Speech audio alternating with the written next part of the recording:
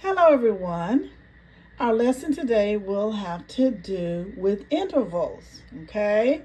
And we're going to relate the intervals to what they look like on a staff and what they look like on the piano, okay? Let's go over some vocabulary real quick. What is this symbol? If you said treble clef, that is correct. And if you count 5 lines, what's the definition of 5 lines in music? 5 lines is a staff. And treble clef, what type of pitches will you have? High pitches. Now, this symbol is a what? Very good. Bass clef. Bass clef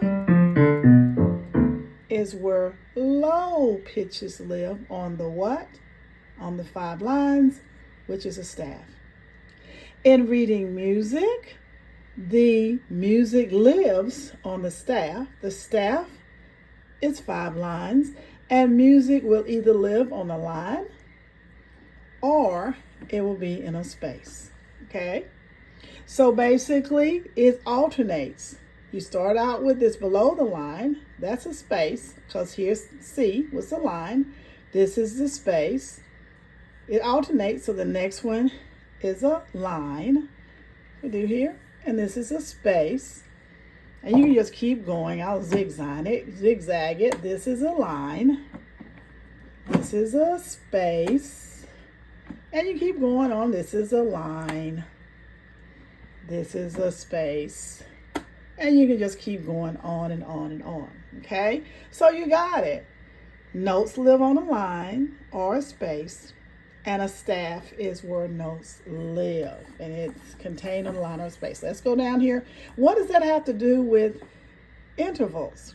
Okay, that's the way you can read music easily. So what note is the bear on? He is on C. Okay, he fell over. Okay.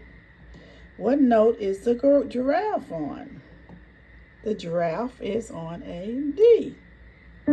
He fell over. They're having a hard time sitting up. That's okay. I'll just use them. There you go. So if you have notes beside each other like this, that's called a second. Okay. So C to D is a second. You can think of a shortcut looking at, there are 2 keys here. So that means that interval is a second. So if I see the note C and I read it, that is a second when you read music. Okay. Let's go move up a little bit more. What about C to E? What is that interval? Well, I'll put E. So if D is on the bottom of the line or in the space below, then E is on the line. So C to E is a what? A third. Because you see D, E. That's called a third as far as the interval. So you can keep going on and on. So let's go C to F. You don't have to start with C. You can start with anything.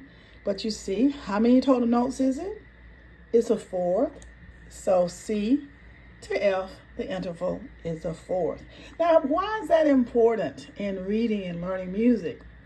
If you learn how to read by intervals, then you can easily identify what the notes are, and then you'll know about how far your fingers are going to be apart. See, that's your fingers are further apart because the intervals are farther away. So you keep going up, the next, 5th, 6th, 7th, 8th. So you know you keep going up. That tells me that your fingers are going to be wider apart, okay? So stay tuned for the next video, and I'll give you a test to see what you know.